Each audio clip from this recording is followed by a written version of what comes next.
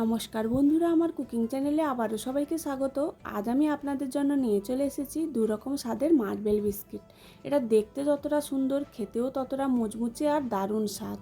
এটা বানাতে খুবই কম উপকরণ লাগে আর কম সময়ও লাগে।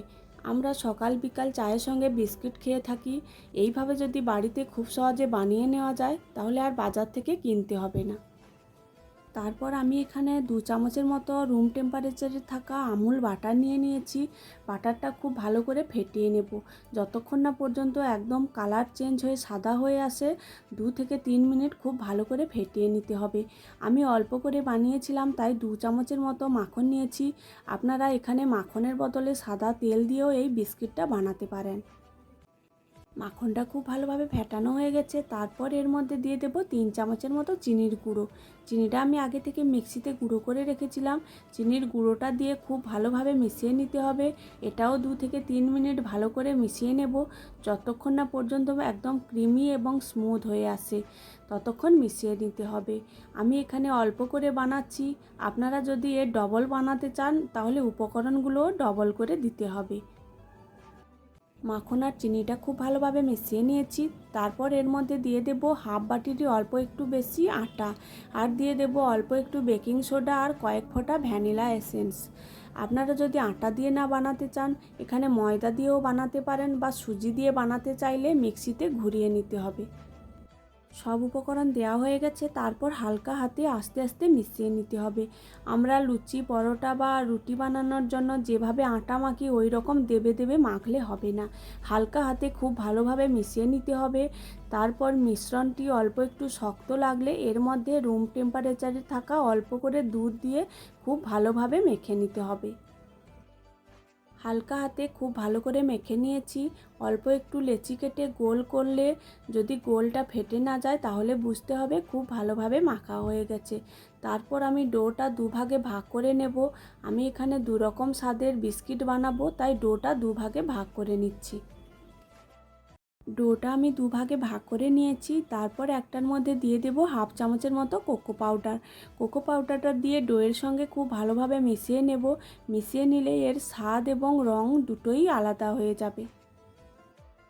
তারপর একটা প্লেটের মধ্যে আমি দুটো ডো নিয়ে নিয়েছি।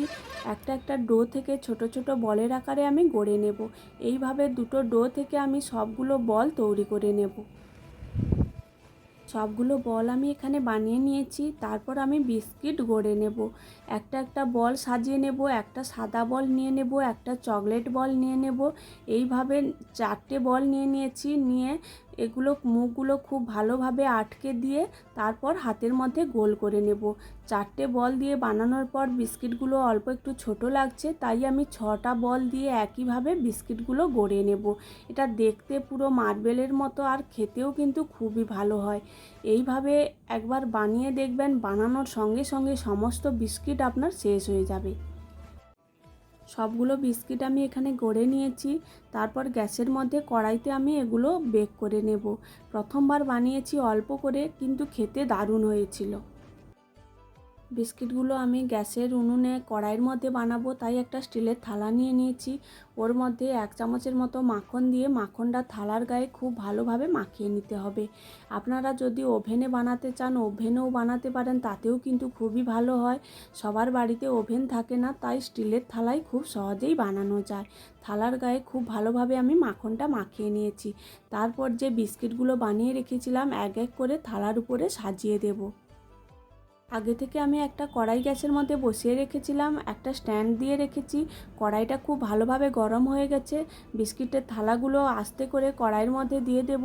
দিয়ে একটা ঢাকনা দিয়ে 25 থেকে 30 মিনিট মাঝারি আঁচে বেক করে নেব। 25 থেকে 30 মিনিট পর ঢাকনা খুলে বিস্কিটগুলো একদম ঠান্ডা করে নেব। ঠান্ডা করে নিলেই একদম মুচমুচে খাস্তা হয়ে যাবে। ঠান্ডা হওয়ার পর আপনাদের দেখাচ্ছি। ঠান্ডা হলে থালা থেকে অনায়াসে উঠে আসবে। আর একটা ভেঙে দেখাচ্ছি কতটা মুচমুচে খাস্তা হয়েছে।